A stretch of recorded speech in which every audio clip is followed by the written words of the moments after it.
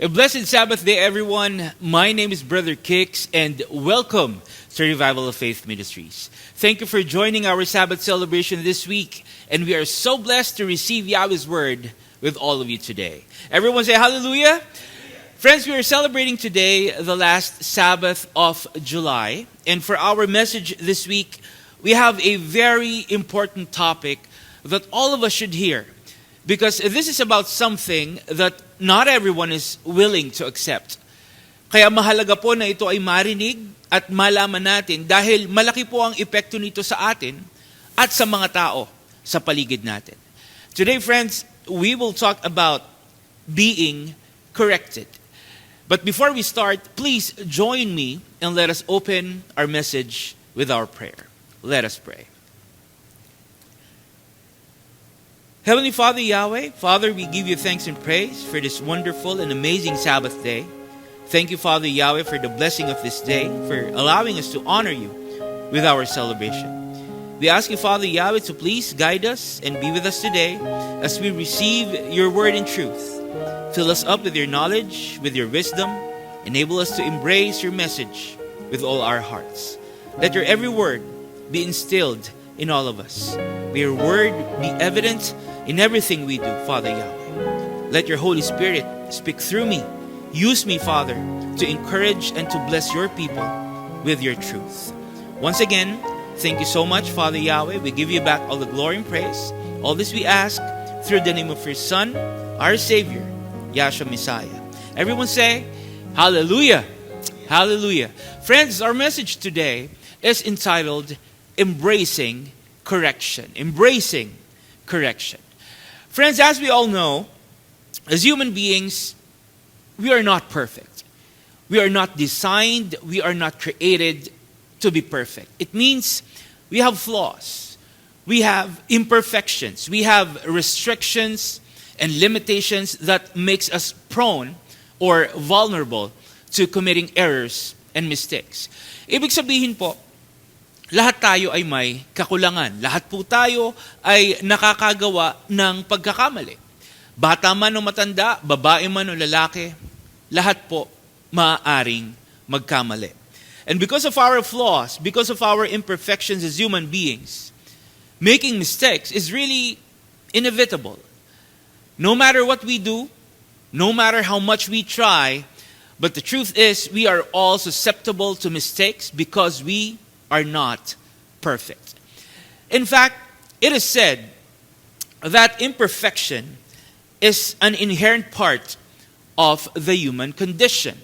Imperfection is an inherent part of the human condition. It means as human beings, we are normally imperfect. Kasama daw po ito, mga kapatid, mga kaibigan, sa pagiging tao natin. Ito po ay isang likas na bahagi o katangian ng pagiging tao. Our imperfections are qualities. These are characteristics of what makes us human. It's a fundamental aspect of our existence. That's why our imperfections can be seen in many different ways. It can be seen in our physical bodies or appearance. It is manifested in our thoughts, in our emotions, and in our actions.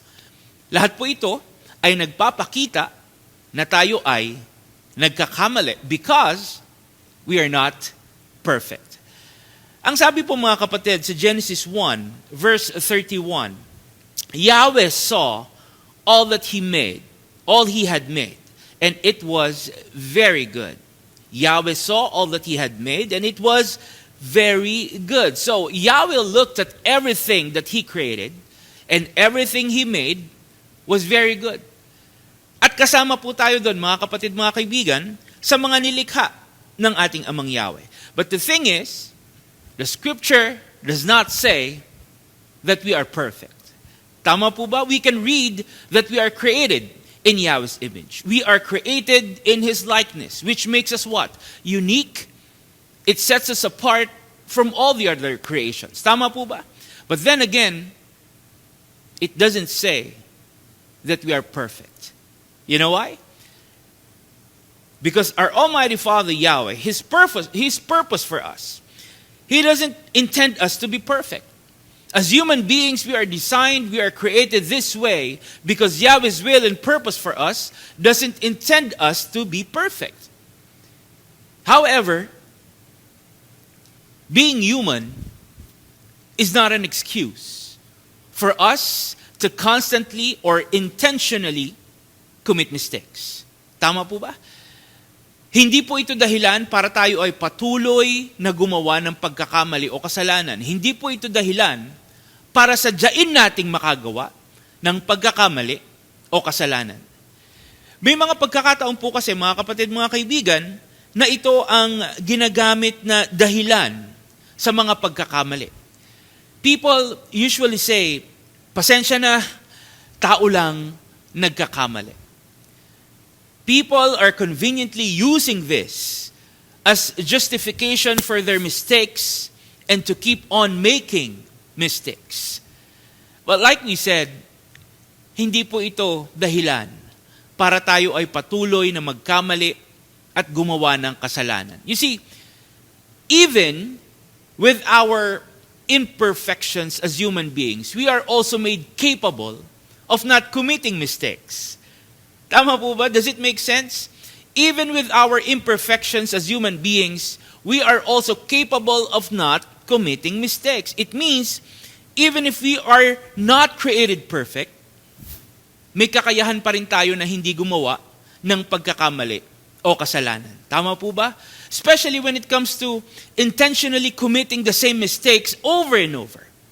May mga tao po kasi, sadya nilang ginagawa ng paulit-ulit yung pagkakamali nila. They keep on making the same mistakes consciously. Ibig sabihin, aware po sila that they are making the same mistakes repeatedly because they think, okay lang naman magkamali dahil tao lang. Tama po ba? Friends, the truth is, if being human makes us imperfect, if being human makes us susceptible to mistakes, the truth is being human also makes us capable of self-reflection and learning from our mistakes. Tama po? Being human also makes us capable of sound judgment and wise decision making. Being human also makes us capable of discerning and choosing right from wrong. So despite our imperfections, kahit likas sa atin ang magkamali, mayroon tayong kakayahan na hindi makagawa ng pagkakamali o kasalanan dahil po sa mga ito. Because of all these, we can actually learn, we can grow, we can improve, and be better from our mistakes. By acknowledging and taking responsibility of the wrongs we did, we can achieve a better version of ourselves. And you know what, mga kapatid, mga kaibigan? One of the best and most effective ways to better ourselves is by embracing corrections. One of the most effective ways to improve and better ourselves is by embracing corrections o yung buong pusong pagtanggap ng pagtatama o pagtutuwid. You see, if you want to learn, if you want to grow from our mistakes, if you want to be better and improve ourselves, friends, it's important that we willfully accept, acknowledge, and embrace corrections. Mahalaga po na gusto natin at handa tayong tanggapin, pakinggan at sundin yung pagtatama at pagtutuwid sa atin. You see, embracing correction is a crucial step when it comes to personal growth and development. Ulitin ko po, mga kapatid. Embracing correction is a crucial step when it comes to personal growth and development. Without doing this, we will not be able to recognize and identify what needs to improve and develop in ourselves. Kung hindi po natin ito gagawin, mga kapatid, mga kaibigan, if we will not embrace corrections, hindi rin natin malalaman kung ano yung dapat nating itama, kung ano yung dapat nating pag-igihin sa sarili natin. That is why embracing correction is not just important. It is crucial and imperative in our everyday lives. Most especially as followers and believers. Dapat po ay bahagi ito ng ating pamumuhay, lalo na po bilang mga mananampalataya. In fact, we can read from the scripture that we must accept, we must embrace correction, especially from our Almighty Father Yahweh. Mababasa po natin na dapat nating tanggapin at sundin yung pagtatama at pagtutuwid sa atin, lalo na po kung ito ay nagmumula sa ating Amang Yahweh. So, what does the scripture say about our Almighty Father Yahweh correcting us? Let us read Proverbs 3:11-12. It says, "My child, do not reject Yahweh's discipline, and don't become angry when He corrects you.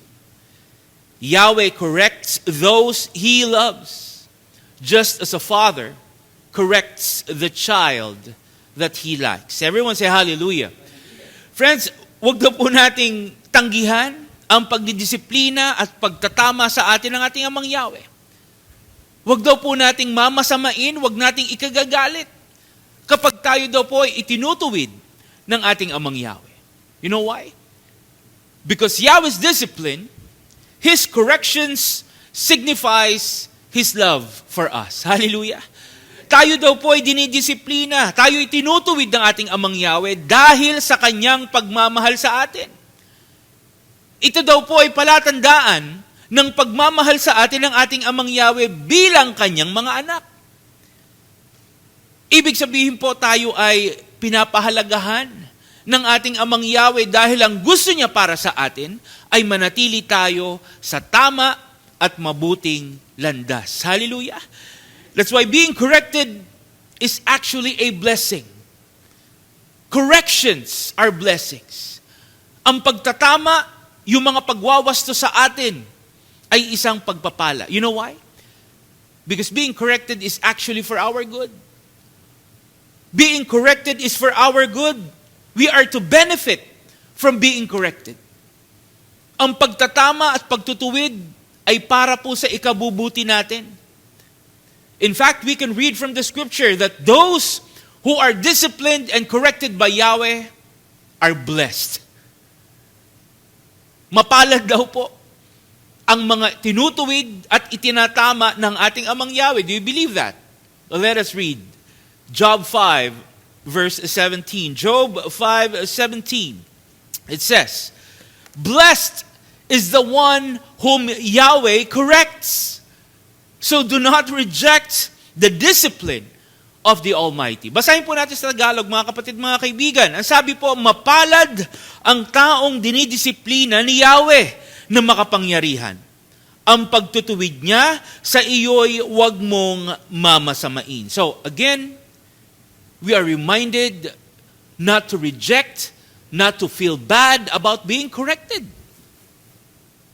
Wag daw po nating tanggihan, wag nating ikagalit ang pagtutuwid sa atin because those who receives corrections are what? Blessed. Mapalad, pinagpala ang nakakatanggap ng pagtatama at pagtutuwid. Hallelujah. However, mga kapatid, the truth is, not everyone perceives correction this way. Not everyone sees correction as a blessing. Hindi po lahat mabuti at positibo ang pananaw sa pagtatama at pagtutuwid sa kanila. You see, not everyone is open to being corrected. Not all people are open to corrections. Not everyone is willing to be corrected. That's the sad truth. Not everyone appreciates it. Not everyone is receptive to it. Most people like to be correct. Remember this one, mga kapatid, mga kaibigan. Most people like to be correct, but not corrected. Gusto natin, palagi tayong tama. Pero ayaw natin na tayo ay tinatama. People get offended They feel upset, they feel insulted and disrespected when being corrected. Kaya ayaw po nila na itinatama at itinutuwid sila. Kahit na ito po ay pagpapala at para sa ikabubuti nila, some people would rather reject and discard correction. When we say correction, mga kapatid, mga kaibigan, just to give us a clear picture or an idea of what we are talking about, when we say correction, it is the act or process of correcting a mistake.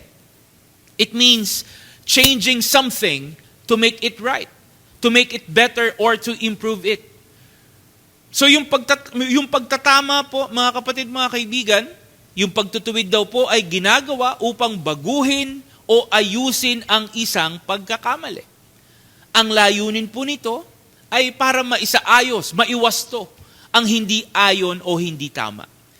So, we can actually say that everything about correction is good and beneficial to us. Tama po ba? Masasabi natin na mabuti ang maidudulot sa atin ng pagtatama at pagtutuwid because correction is centered on amending what is wrong or amending our mistakes. It is focused on accurateness and improvement. So definitely, mga kapatid, correction is good and beneficial to us. Dahil ang hangad po nito, ang layunin nito, ay kung ano ang tama at mabuti para sa atin. Hallelujah!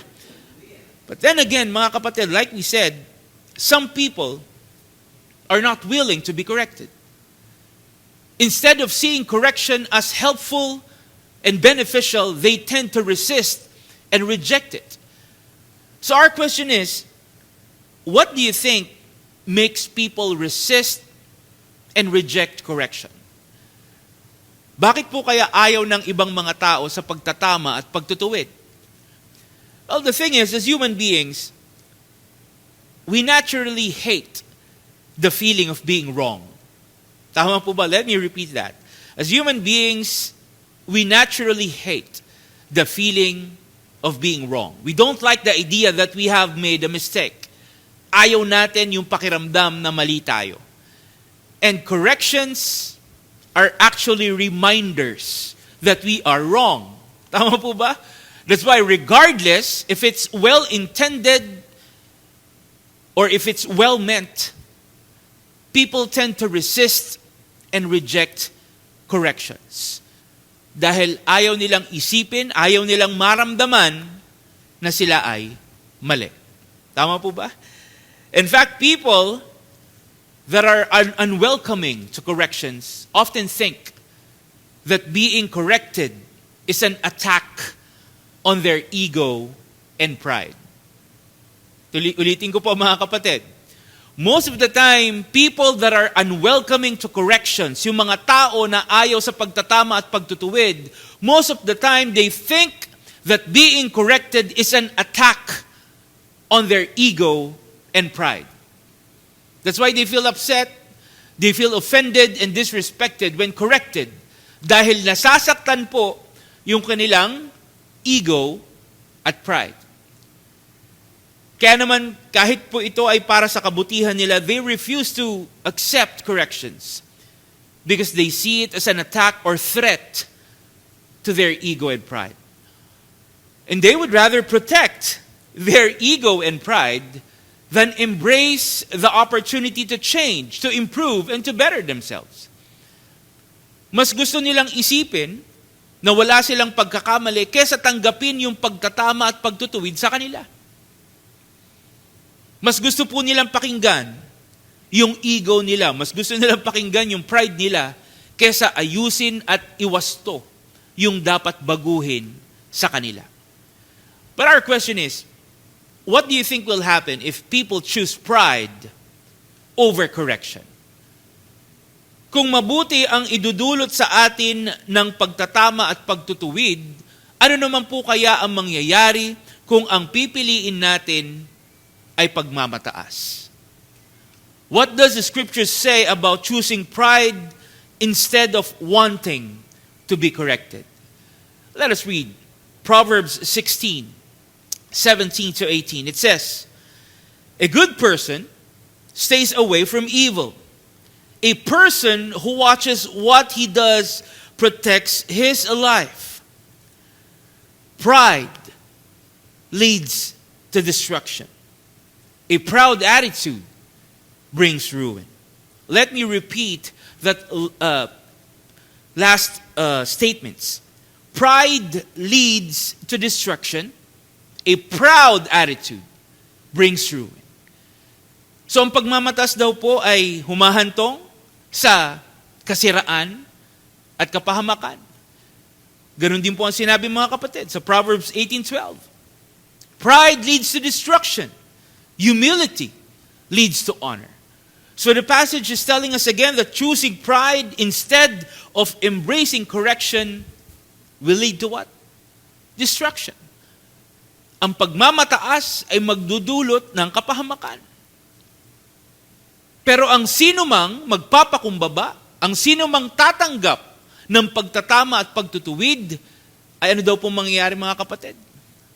Pararangalan at pagpapalain. Hallelujah. The thing is, when we refuse to accept correction, when we refuse to learn from others, friends, we are often motivated by pride. We are motivated by the desire to be right. Ibig sabihin, dahil po sa pagmamataas, ayaw nating tumanggap ng pagtatama at pagtutuwid. Dahil sa kagustuhan nating maging tama kahit na tayo ay mali. And like what the scripture is telling us, yung ganitong klaseng kaisipan daw po, ay hindi makakabuti sa atin. Because this proud and conceited mentality will lead to what? To destruction, to conflict, to hate, to division amongst people. And of course, misunderstanding. And even the people around us, especially those who are willing to guide us, those people who are willing to help us, are also negatively affected. Pati po yung mga tao na nagbibigay sa atin ng paggabay at pagtutuwid, apektado rin po. And not only that, when we refuse correction and guidance from other people, friends, we are also demonstrating arrogance. We are exemplifying self-importance and self-righteousness, which can also lead to spiritual stagnation and spiritual deterioration. It means when we choose our ego and pride over guidance and correction, we also become spiritually stagnant. We deteriorate spiritually. You know why? Because pride, arrogance, and self-righteousness separates us from our Almighty Father Yahweh. Remember that. Pride, arrogance, and self-righteousness separates us from our Almighty Father Yahweh. Ang pagmamataas po ay magdudulot sa atin ng pagkawalay mula sa ating Amang Yahweh. It will remove us from Yahweh's presence. And not only that, the scripture will tell us that Yahweh opposes the proud. Kinakalaban po ng ating Amang Yahweh yung mga mapagmataas. Ano po ang sabi sa James 4? Verse 6, Yahweh opposes the proud, but gives grace to the humble. Yahweh opposes the proud. It's very clear that our Almighty Father Yahweh is against what? Pridefulness. He detests arrogance and self-righteousness. Malinaw po na ang pagmamataas ay hindi nakalulugod at hindi katanggap-tanggap sa ating Amang Yahweh. At ito po ang naipapakita natin. Sad to say, ito po ang naipapakita natin sa tuwing inaayawan natin yung pagtatama at pagtutuwid sa atin. Now, let us ask, what do you think will happen if we refuse correction and guidance? Ano po kaya ang mangyayari kapag umayaw tayo sa pagtatama at pagtutuwid? Ang sabi po mga kapatid sa Proverbs 15 verse 10, if you do what is wrong, you will be severely punished. Whoever refuses to be corrected will be destroyed. Let us repeat that. Whoever refuses to be corrected will be destroyed. Ibig sabihin po mga kapatid, mga kaibigan, ang pag-ayaw sa pagtatama Ang pag-ayaw sa pagtutuwid ay magdudulot ng kapahamakan. Ang sabi naman po sa Proverbs 13, verse 18, if you refuse correction, you will be poor, and no one will respect you. If you listen when you are corrected, you will be honored. So again, the passage is reminding us how refusing, how rejecting correction can negatively affect our lives. Tayo po'y pinapaalalahanan. Tayo po'y sinasabihan ng mga salita ng ating Amang Yahweh na ang pag-ayaw sa pagtatama at pagtutuwid ay hindi magdudulot sa atin ng mabuti. Kaya dapat po ay pahalagahan natin ang bawat pagtatama sa atin. Dapat pahalagahan natin yung pagtutuwid na ibinibigay sa atin. Dapat po mga kapatid, mga kaibigan, yung bawat pagtatama at pagtutuwid na binibigay sa atin ay sinasabuhay natin. Hallelujah. Let us value, let us give regard to corrections. Let us appreciate and be grateful for the corrections given to us. Especially by those people who genuinely want to help us change and improve. Dapat po maging mapagpasalamat tayo para sa mga tao na naglalaan ng oras, naglalaan ng panahon para itama at ituwid tayo. Hallelujah. We must be thankful for people who sincerely want us to be better. Because there are times when we don't realize that people are actually correcting us because they just want to help us. Tama po ba? May mga pagkakataon, hindi natin nakikita na yung pagtatama at pagtutuwid sa atin ng ibang tao ay dahil gusto lang nila tayong tulungan. Hindi po natin nare-realize yan. There are times that we don't realize this. Imbis na maging mapagpasalamat tayo, minsan po, tayo pa ang galit. Minsan tayo pa ang sumasama ang loob. Imbis na maging mapagpasalamat tayo, minamasama pa natin yung pagtatama at pagtutuwid sa atin. Instead of being grateful, we even take it against other people for correcting us. Pero ano po ang sabi sa Proverbs 19:20? Listen to advice.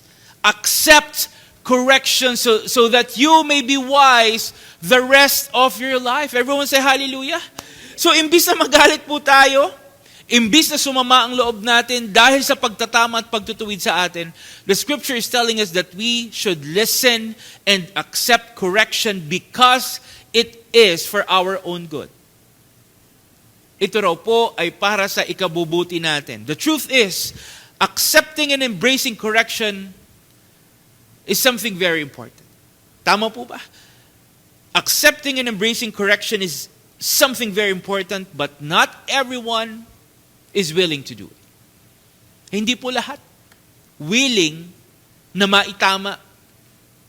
Hindi po lahat willing na sila ay maituwid. You know why? Because being corrected by other people can be challenging to accept. Especially when we think that we know best. Tama po ba? Not everyone is willing to be corrected because correction from other people can be difficult to handle. Especially when we think that people don't have the right to tell us that we need to change. Not everyone is willing to embrace correction because oftentimes people interpret correction as judgment. Tama po ba? Not everyone is willing to be corrected because they think of correction as judgment. Ayaw nating tanggapin yung pagtatama sa atin dahil iniisip natin na ito po ay panghuhusga sa atin. But you know what, friends? Each time we reject correction, we also refuse to be right. Does it make sense?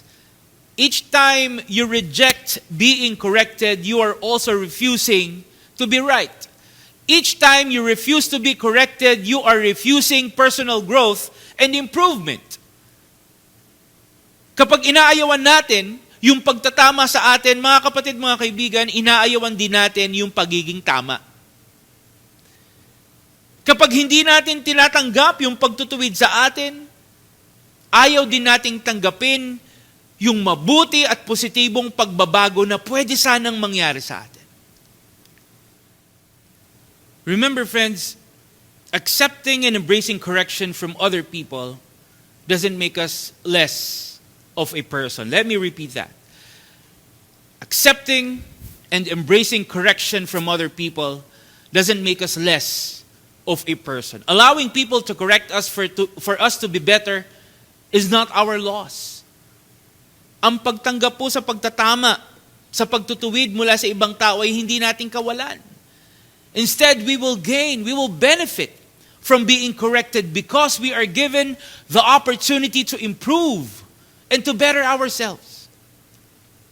Hindi po ito kabawasan sa atin.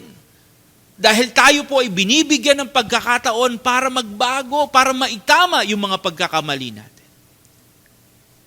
It will help us achieve profound and positive impact on our personal growth and overall well-being.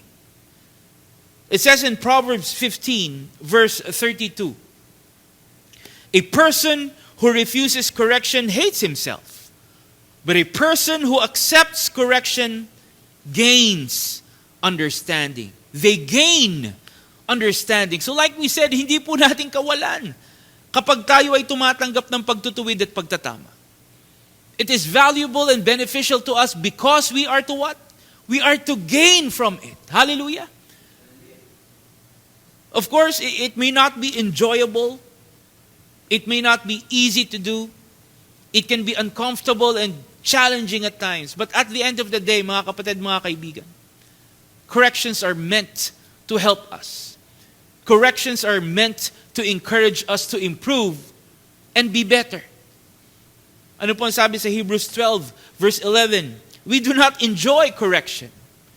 Being corrected is painful at the time. But later, after we have learned from being corrected, we have what? Peace. We have peace because we start living in the right way. Everyone say hallelujah. So, it may not be enjoyable. It can be painful. But it doesn't change the fact that being corrected is for our own good. It will bring positive changes. It will help us live our lives the right way. Friends, we just need to want correction. We just need to want to be corrected. We just need to accept it. We just need to learn from it. We just need to realize na ito po ay para sa ikabubuti natin. Lalo na kung ito po ay magiging daan upang tayo ay makapamuhay ng tama at ayon sa ating Amang Yahweh. Hallelujah! The thing is, ayaw nating tinatama tayo dahil ang pakiramdam po natin, pinamumuka sa atin yung pagkakamali natin. Ayaw nating tinutuwid tayo dahil ang iniisip natin, pinamumuka sa atin na mali tayo. We tend to refuse corrections because we feel that it stresses our faults. It emphasizes our mistakes. We refuse correction because we are caught up in our desire to always be right. We refuse correction because we don't see the need for us to be corrected. Ayaw natin ng pagtatama, ayaw natin ng pagtutuwid dahil hindi natin nakikita na may kailangang itama at ituwid sa atin. Tama po ba? Dahil hindi tayo naniniwala na tayo ay mali. But you know what, friends? The truth is, correction is not to highlight your mistakes. Let me repeat that. Corrections are not to highlight your mistakes. Being corrected is not about putting you down or making you feel less because of what you did wrong. Hindi po ito para ipamukha sa iyo na mali ka. In fact, correction is for us to learn from our mistakes. Tama po ba? Correction is for us to learn from our mistakes so we can actually avoid making mistakes. Being corrected is for us to know better and to realize how to do things better. Friends, it is said that wisdom is not the ability to know everything. Wisdom is not the ability to know everything, but the recognition of the limits of one's knowledge. It means being wise is not about knowing everything, but acknowledging that we don't know everything. Tama po? Having wisdom doesn't mean having all the answers. Having wisdom doesn't mean that you have all the answers. It's about recognizing the limitations of our knowledge. It's about being aware and being conscious of what we don't know. But most of all, mga kapatid, mga kaibigan, having wisdom is about having the willingness to learn. The willingness to learn what we lack and to improve what we already know. Ibig sabihin po, dapat gusto pa nating matuto. Dapat po gusto pa nating magkaroon ng karagdagang kaalaman. That is what having wisdom is all about.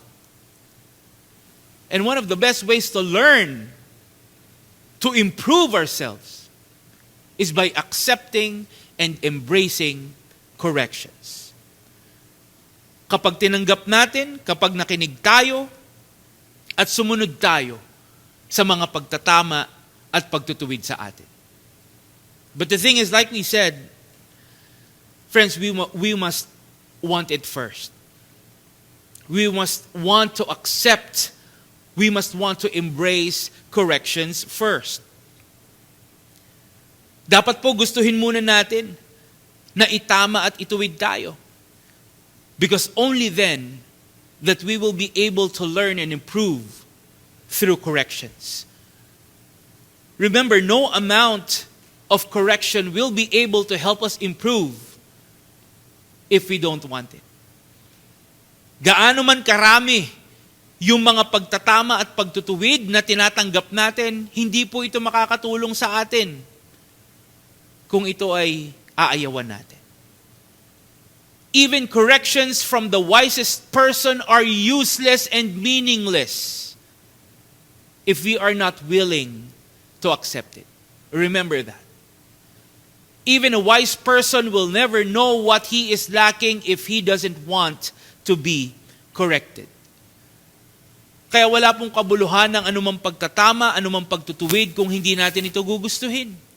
Hindi po ito makakabuti at magiging kapaki-pakinabang sa atin kung ito ay aayawan natin. May mga tao po kasi, mga kapatid, mga kaibigan, na kahit ang hangarin mo ay kabutihan nila, kahit yung layunin mo ay kaayusan nila, mas gugustuhin pa rin nilang baliwalain yung pagtatama at pagtutuwid sa kanila at manatili sa kamalian. Despite your genuine intention to help them by making them realize what they need to change and improve, some people would rather deflect corrections than be grateful for the opportunity to amend their mistakes. Mas gusto po nilang panghawakan yung pagkakamali nila at manatiling mali kaysa tanggapin yung pagtutuwid sa kanila at maging tama. And you know what? There are times when people will even throw back their faults and mistakes at other people. Tama po ba? There are times when people will throw back their faults and mistakes at other people. As what? As their defense mechanism. To deflect being wrong. Para hindi sila ang magmukhang guilty. Kahit alam nila na sila yung mali, ibabalik nila sa ibang tao yung sisi. And unfortunately, most of the time, the person who gets the blame is actually the one giving corrections. Ang madalas nagmumukhang mali, ang madalas nasisisi, ay kung sino pa yung nagbibigay ng pagtatama at pagtutuwid. Now, what can we read from the scripture about people who are rude or disrespectful to corrections? Are they still supposed to be corrected? Especially because of their attitude, because of their behavior towards corrections. Dapat pa rin ba silang itama? Basahin po natin mga kapatid. Proverbs 9:7-8. Correct a person who is rude and shows no respect, and you will only get insults. Let me repeat that. Correct a person who is rude and shows no respect, and you will only get insults. Correct the wicked, and you will only get hurt. Don't correct such people. Ulitin po natin. Don't correct such people or they will hate you. But correct those who are wise and they will love you. So just like what we said, despite our genuine intention to help and wanting what is good for others, people who are disrespectful and unwelcoming to corrections will never appreciate it. They will never see it as something good for them. And as long as they are rejecting it and deflecting it, hindi po nila makikita yung kabutihan na maidudulot ng pagtatama at pagtutuwid sa kanila. Friends, the very fact that it is called correction is simply because there is something wrong. Tama po ba? The fact that it is called correction, it means there is a mistake. Kaya nga po ito tinawag na pagtatama dahil may mali. And I strongly believe that any mistake, great or small, intended or not, should always be corrected. Tama po ba? Maliit man o malaki, sadya man o hindi, ang anumang pagkakamali ay dapat itama. Regardless of who you are, bata ka man o matanda, babae ka man o lalaki, ikaw man ay asawa, anak o magulang, a mistake is always a mistake. And any mistake should always be corrected. Ang anumang pagkakamali ay dapat itama. That's why we are instructed through the scripture not to reject corrections. We are reminded to not oppose and resist corrections because it will lead to growth, to learning and improvement. Kaya wag po nating balewalain, wag nating tanggihan yung mga pagtatama at pagtutuwid sa atin. Wag po nating ikagalit yung pagwawasto at pagdidisiplina sa atin. Instead, let us be more open. Let us be welcoming to corrections. Let us want it so we can benefit from it. Just like in Proverbs 8, verse 33, it says, listen to instructions and be wise. Do not ignore it. Ano po sabi? Pakinggan daw po natin yung mga pagtutuwid at tagubilin sa atin. Huwag daw natin itong ipagsawalang bahala. Huwag natin itong kakalimutan. Dahil ito po ay tulong at gabay sa atin. Hallelujah! We are to welcome it. We are to accept it, embrace it, and most of all, we are to follow it and use it to improve ourselves and be better. Remember, friends, corrections are not bricks being thrown at you to hurt you. Let me repeat that. Corrections are not bricks being thrown at you to hurt you. Corrections are not meant to offend or demean you. Corrections are not given to tear you apart or push you down. Ito po ay binibigay sa atin para ipakita at ipaunawa sa atin kung ano yung dapat nating ayusin at baguhin. Ito po ay ibinibigay sa atin para ipaalam sa atin na meron tayong nagawa na dapat nating itama. It's just up to us how we will accept it and respond to it. It's just up to us how we will embrace it and make use of it to better and improve ourselves. Let me share with you a story about King David and a prophet named Nathan. Of course, as one of the most significant characters in the scripture, we all know who King David is. But on the other hand, not everyone is familiar with Prophet Nathan. Hindi po lahat ay nakakaalam o pamilyar kung sino po si Prophet Nathan. Well, Nathan was a prophet of our Almighty Father Yahweh who lived and served during the reign of King David. So si Nathan po ay propeta ng ating Amang Yahweh noong si Haring David po ang namumuno sa Israel.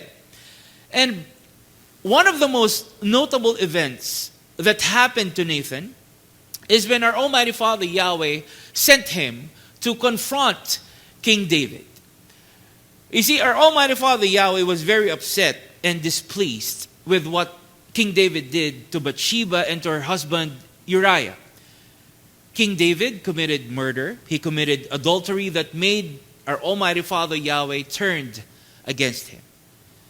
So, ito po ay lubos na ikinagalit ng ating Amang Yahweh at para po ipakita at ipaunawa kay Haring David yung pagkakamali niya, pinapunta po ng ating Amang Yahweh si Prophet Nathan kay Haring David para ito ay kausapin. Now, Yahweh sent Prophet Nathan to King David to make him realize the sins and mistakes that he committed. But you know what? Despite his authority from Yahweh to reprimand King David, Prophet Nathan did not confront King David using strong or hurtful words. He did not use harsh words or condemnation to make his point. Hindi po gumamit ng masasakit na salita si Prophet Nathan sa pakikipag-usap kay Haring David. Instead, Prophet Nathan used a parable to make King David understand, to make him realize the gravity of what he did.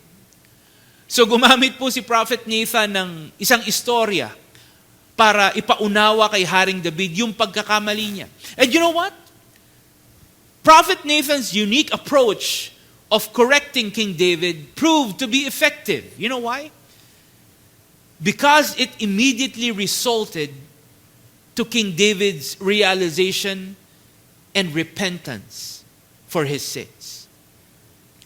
Dahil po sa ginawa ni Prophet Nathan, na-realize po ni Haring David. Immediately, he realized the sins and mistakes that he did, and immediately King David repented. Ano po ang sabi ni Haring David? Sa 2 Samuel 12:13, then David said to Nathan, I have sinned against Yahweh. So dahil sa ginawa ni Prophet Nathan, naunawaan at namulat si Haring David sa kanyang mga pagkakamali. At naging daan po ito para siya ay magbago at maging nakalulugod muli sa ating Amang Yahweh. Hallelujah! Prophet Nathan's way of giving correction did not make King David feel that he was attacked or criticized. King David was able to see the gravity of his actions. It made him acknowledge his sin. And most of all, mga kapatid, it made King David seek forgiveness and repent for his sins. So talagang masasabi po natin na nakatulong, nakabuti kay Haring David yung pagtatama at pagtutuwid ni Prophet Nathan. Tama po ba? But you know what, friends? One of the reasons why Prophet Nathan's correction was effective is because King David chose to accept it.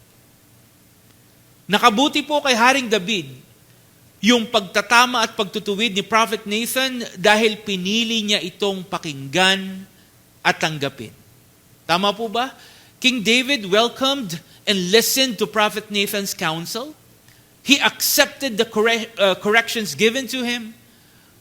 Most importantly, he chose to embrace corrections which resulted to positive change and transformation. Friends, come to think of it, King David could have just rejected. He could have just ignored Prophet Nathan's corrections. Tama po. Kung iisipin natin, pwede namang tanggihan, pwede naman niyang hindi tanggapin yung pagtatama at pagtutuwid ni Prophet Nathan kung ito ay gugustuhin niya dahil siya ay hari. Tama po ba? But the thing is, King David humbly chose to do what is right. He chose to do what is pleasing to Yahweh by willfully accepting and embracing what Prophet Nathan told him to do. Everyone say hallelujah. Kahit siya po ang hari, hindi na po siya nangatwiran. Kahit siya po ang hari, hindi na po siya nakipagtalo kay Prophet Nathan. Instead, King David immediately acknowledged his mistakes. He repented and asked Yahweh's forgiveness. Of course, his sins were severely punished. He was punished. But because of what he did, because of choosing to embrace corrections given by Prophet Nathan, his action and decision led to his transformation and reconciliation with our Almighty Father Yahweh. Friends, like we said, corrections are blessings. Tama po ba? Corrections are blessings. Being corrected is for our own good. It is beneficial. It is valuable. It is life-changing. It brings desirable change and positive transformation. We just have to see it from the right perspective. We just need to realize that it is intended to help and not to harm us. That's why let us embrace correction and not being wrong. Let us hold on to corrections and not on what we did wrong. Ang panghawakan po natin, ang pahalagahan natin, ay yung pagtatama at pagtutuwid sa atin at hindi yung mga pagkakamali natin. The thing is, there's nothing wrong with being corrected. It is never wrong to embrace corrections. In fact, this is one of the best ways to approach learning. This is one of the best ways to improve and achieve personal growth. Kailangan lang po natin itong gustuhin at tanggapin ng buong puso. Remember, friends, embracing corrections is a sign of maturity. It signifies humility, understanding, open-mindedness, and willingness to improve and be better. Embracing corrections is an opportunity for us to progress and develop as a person. Corrections are opportunities for us to achieve positive change and transformation in our lives. Kaya wag po nating sayangin, mga kapatid, mga kaibigan, yung pagkakataon na tayo ay itinutuwid at itinatama. Wag po nating hayaan na masayang yung mga pagtatama at pagtutuwid na magdudulot sa atin ng mabuti at positibong pagbabago. Let us humble ourselves. Let us open our minds and let us be willing to accept and embrace corrections all the time. Remember, friends, corrections are blessings. Ito po ay biyaya at pagpapala sa atin. Kaya patuloy po natin itong sikapin, tanggapin, pakinggan, at higit sa lahat, sundin. Dahil ito po ay tamang gawin, ito po ay makakabuti sa atin, at ito po ay nakalulugod sa ating Amang Yahweh. So, the next time someone corrects you, the next time you receive corrections from other people, friends, be glad, be willing, be appreciative, and be grateful. The next time someone corrects you, take a deep breath, offer them your best smile, and never forget to thank them. Because each time you receive corrections is a reminder that you are being blessed. Hallelujah. Each time that you are being corrected, it is a reminder that you are being blessed. Each time you receive corrections is proof of Yahweh's love and kindness to His people. Everyone say hallelujah. Friends, at this point, let me invite you once again to join me in prayer as we give thanks and praise to our Almighty Father Yahweh. Let us pray. Heavenly Father Yahweh, we thank and praise you once again for this wonderful and glorious Sabbath day. We thank you for allowing us to receive your favors and blessings as we celebrate your Sabbath this week. Thank you, Father, for the opportunity to gather in your presence, to experience your love, your faithfulness and grace as part of your family and as part of your ministry. Father Yahweh, we seek your mercy and forgiveness. Forgive us our sins. Forgive our shortcomings. Cleanse us from all impurities and transgressions. Thank you, Father Yahweh, for your message and truth. May your powerful and living word continuously grant us the wisdom and understanding to embrace corrections in our lives. Let your message remind us all the time, Father Yahweh, to be thankful for the people that you use to correct us. May we see their corrections not as criticism, but as blessings that will enable us to grow and improve. Help us to receive these corrections with humility and gratitude. Remind us that these corrections are given to us out of love and the desire to see us succeed. May we listen with a willing heart, an open mind, and may we be eager to learn from our mistakes. Thank you, Father Yahweh, for all the brethren, for everyone who joined our celebration today. Bless them, Father Yahweh. Be with them all the time. Father, we lift to our nation. We entrust to you our country, our leaders. We lift to you the safety and well-being, the success of our land. Father Yahweh, grant us comfort. Grant us your healing. Touch all of us with your mighty healing hands. Grant us your peace. Let peace thrive and prevail in all the world, especially in your land, Israel. Once again, thank you so much, Father Yahweh. We give you back all the glory and praise. All this we ask through the name of your Son, our Savior, Yahshua Messiah. Everyone say, hallelujah, hallelujah. Friends, before we end our message, let me share with you 2 Timothy 3:16-7. 2 Timothy 3:6-7. It says, all scripture is given by Yahweh, and all scripture is useful for teaching and for showing people what is wrong in their lives. It is useful for correcting faults and teaching the right way to live.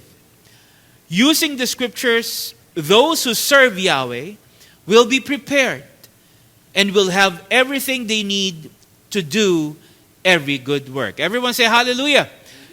Friends, today we learned about the significance of accepting and embracing corrections. Nalaman po natin na mahalaga at makakabuti ang pagtatama at pagtutuwid para sa atin. And as followers and believers, the passage is telling us that the best source of correction to help us live the right way is Yahweh's Word. Bilang mananampalataya, ang pinakamainam daw po na pinagmumulan ng pagtatama at pagtutuwid na makakatulong at gagabay sa atin sa tamang pamumuhay ay ang mga salita ng ating Amang Yahweh. That's why as followers and believers, let us continue to be immersed in Yahweh's Word. Let Yahweh's Word saturate our hearts and minds as we seek His guidance and corrections, so we can continue to live the right way and according to Yahweh's laws and commands. Hallelujah. The thing is, Yahweh is not asking us to be perfect. Our Almighty Father Yahweh is not telling us to be perfect. He is not expecting us to be perfect. Dahil bilang mga tao, likas po sa atin ang magkamali. However, it doesn't mean that it's okay for us to sin. It doesn't excuse us from making mistakes. That's why our Almighty Father Yahweh is telling us now that we must embrace correction and learn from our mistakes. Ang gusto po ng ating Amang Yahweh, makinig tayo at sundin natin yung mga pagtatama at pagtutuwid sa atin upang tayo po ay matuto sa ating mga pagkakamali at makapamuhay ng tama at naaayon sa kanyang mga salita at kautusan. And like we said, we can always turn to Yahweh for help. We can always turn to His Word for guidance, for direction, for counsel, and of course, for corrections. Again, embracing correction is not our loss. It doesn't make us less of a person. Hindi po natin ito kawalan, hindi po natin ito kabawasan. Dahil ito po ay biyaya at pagpapala na dapat nating pahalagahan at isabuhay sa lahat ng oras. Kaya wag po nating hayaan na masayang yung mga pagtatama at pagtutuwid na binibigay sa atin. Huwag po nating sayangin yung pagkakataon na ito ay makapagdulot ng mabuti at positibong pagbabago sa ating buhay. Friends, let us humble ourselves. Let us open our minds. Let us be willing to welcome and accept corrections with all our hearts. Remember, friends, always embrace corrections and always seek the opportunity to change, to improve, and to transform yourself for the better. Everyone say hallelujah. Again, friends, thank you so much for joining our Sabbath celebration today. I hope and pray that you found encouragement and inspiration through Yahweh's Word that we received today. A blessed and a meaningful Sabbath day, Revival of Faith Ministries. Hallelujah. Praise Yahweh. Stand up and receive Yahweh's blessings. Yevareka ka Yahweh biyish mereka, Yair Yahweh panebeleka bikunika, Yesa Yahweh panebeleka, Vayasem, Leka Shalom. May Yahweh bless you and keep you. May Yahweh make shine His face on you and be gracious to you. May Yahweh lift up His face unto you and give you peace. May Almighty Father Yahweh bless us all. Hallelujah.